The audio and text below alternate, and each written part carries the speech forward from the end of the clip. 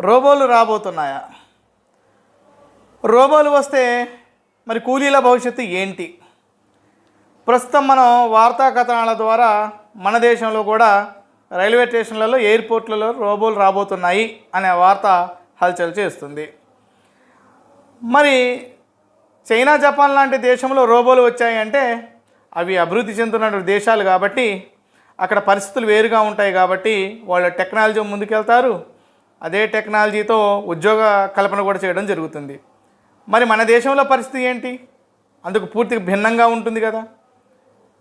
ఇక రైల్వే స్టేషన్లలో వీటిలలో పనిచేసినటువంటి కూలీలు రోజువారీ దినచర్యగా ఎక్కువగా ప్రయాణికుల మీద, వాళ్ళు తెచ్చే లగేజీల మీద ఆధారపడుతూ ఉంటారు. వాళ్ళ పరిస్థితి రెక్కాడితే కానీ డొక్కాడినటువంటి పరిస్థితి.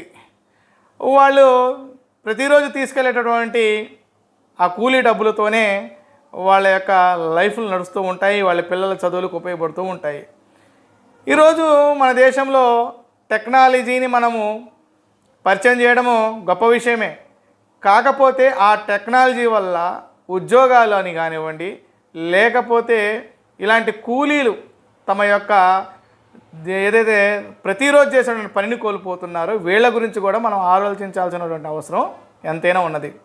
నేను ఒకటే ప్రశ్న అడుగుతున్నా, చైనా, జపాన్ లాంటి దేశంలో టెక్నాలజీ వచ్చింది అంటే అక్కడ పనిని కోల్పోయినా కానీ కొత్త పని వాళ్ళు చూపించే అవకాశం ఉంది. మరి మన దేశంలో మరి ఈ టెక్నాలజీని మనం పరిచయం చేయడం వల్ల కొన్ని చేతులు ఖాళీగా ఉంటున్నాయి. వాళ్ళ పరిస్థితి ఏంటి? పారిశ్రామిక విప్లవం, టెక్నాలజీ ఇవన్నీ రావడమే సంతోషించదగినటువంటి విషయమే. కానీ మనలాంటి దేశంలో అత్యధికంగా పేదరికం ఉన్నటువంటి మన దేశంలో ఎక్కువగా కూలీలే ఉన్నారు. మరి వీళ్ళ గురించి కూడా మనం ఆలోచించాలి కదా. వీళ్ళకి ఏమైనా కార్యక్రమం చేస్తారా? వీళ్ళని పట్టించుకునేది ఎవరు?